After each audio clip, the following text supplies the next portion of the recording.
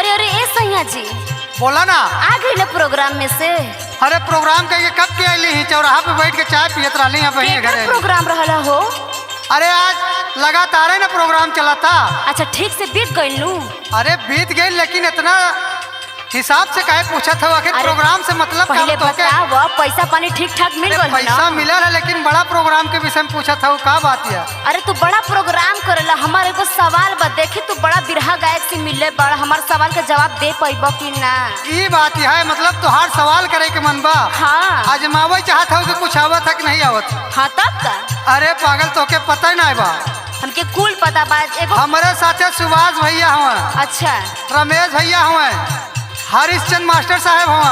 अच्छा जानी कितना गुरु से सीखले बड़ा एगो सवाल के जवाब तो दो। अरे पागल इस सवाल तू से पूछा फट देना जवाब दे। अरे पूछे दे बस। अरे पूछा ना।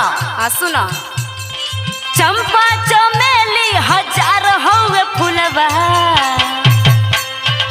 सुनत होगा ना? एकदम सुनत है बतावा। हाँ ध्यान से सुनिह। चंपा चमेली हजार हौवे फूलवा सजन हवा हो कौवन बा कहबा फूलवा।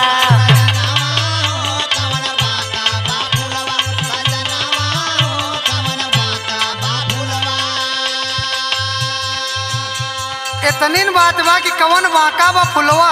हमके पता बा तू बता नहीं पैबा। एकदम ही तो छोट छोट लड़का से पूछू बता दे। अरे लड़का छोड़ा तू बतावा। हम बतावत है सुना। हाँ बतिया के सुना हमार मोरी रनिया।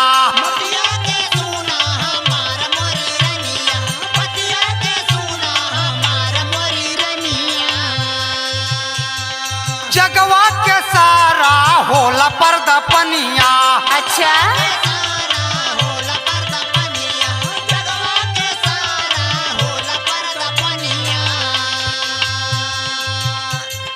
फूलवा कपास सुनत हो ना? कपास के फूल हो। हाँ हाँ फूलवा कपास के ही है वसुलवा सजनिया हो है बाका बा फूलवा सजनिया हो।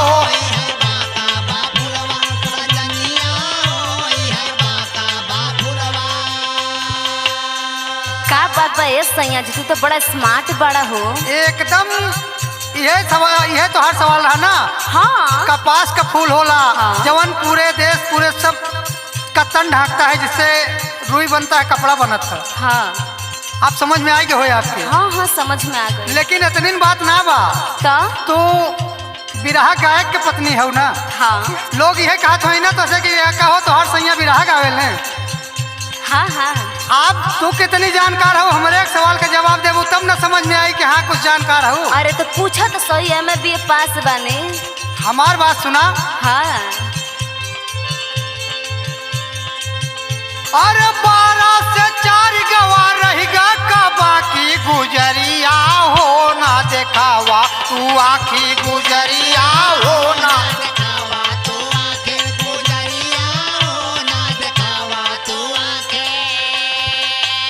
अरे तू काहे उल्टा पुल्ला सोचता रहो तो के आँख थोड़ी ना दिखावता। एकदम बतावा 12 में से 4 चला जाए तो कितना बचे? आप बतावा ना। अरे पढ़ल लिखल बानी को हमारो बात सुनो। बतावा।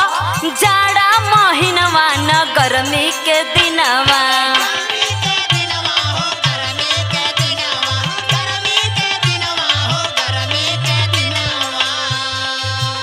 अरे लागे न निक पिया बिन हो भोजनवा।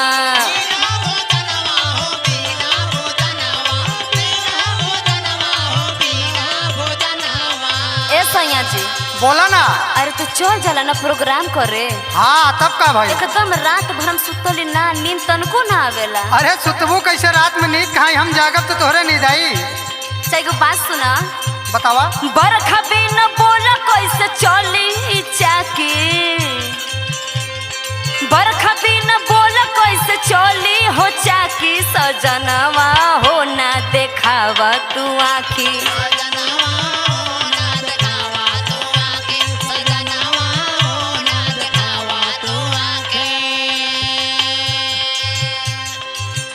वाह मोरानी एकदम सही जवाब दियो। तब का अब समझ में आएगा। हाँ, अब हम 4 आदमी में कह सके सुभाष भैया से अब खुल के बतिया सके थे कि हमारा दुल्हन जानकार बा। हाँ हाँ चल के सुभाष भैया से कल कहब ना कि अब बाजी लगा सकत हमार दुल्हन जानकार बा। सुना, चिंता चिता के समान कैसे सैया बता दा हो मोरे बाके है सैया।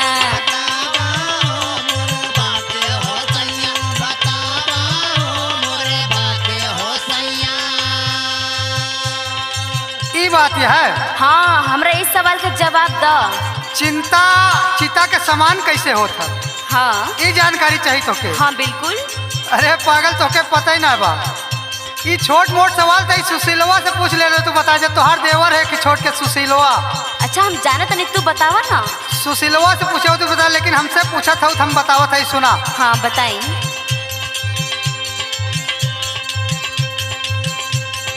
मिले सुकून से हो रोटी चाहे आधी,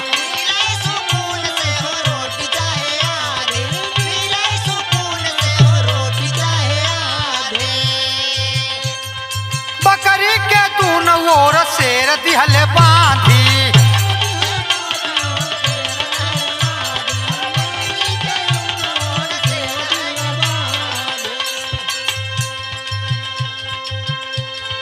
एक और कुआं सुनत हो ना?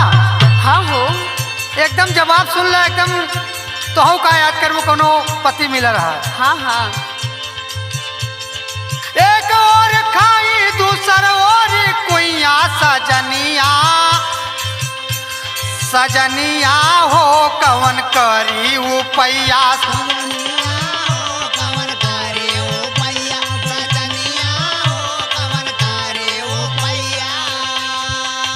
समझ में आएगा ना बात? हाँ।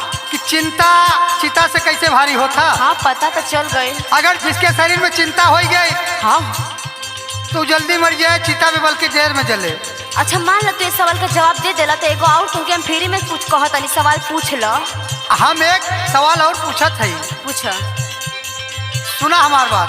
कह। अरे जगवा में कितना, सुनत हो ना? हाँ हो। ये जग में कितना है तो के गिन के बतावे के बाद। अच्छा। जगवा में कितना हुए नारा नारी बता दा, बता दा हो मोर प्राण प्यारी, बता दा हो मोर प्राण प्यारी, बता दा हो मोर प्राण प्यारे। ए जी, ई रउआ बहुत छोट सवाल पूछ ले बानी, एके तो हम ऐसे ही जवाब दे दे। जग में नर नारी कितना है बता सकेलू? अरे बतावा तानी, पहले ध्यान से सुनो ना। बतावा।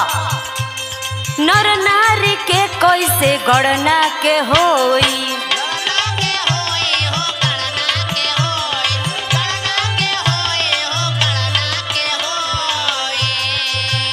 अरे कुकुरे के पोछ बोला सीधा कैसे होई।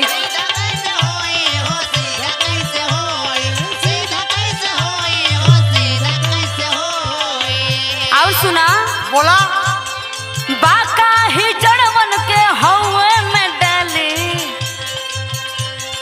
बाका ही जड़वन के कौने में डारी, सजनवा हो कैसे गिनी नर नारी।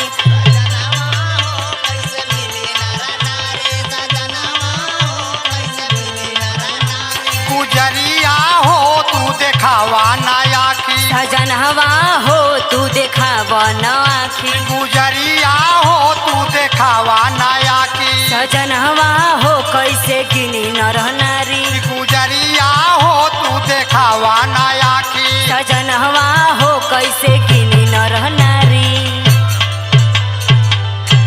अच्छा ये जी चली ना, चोखा भात बनौले वाली खा। अरे दादा रे दादा, चला खा के बस तुरंत सोत जल जाई।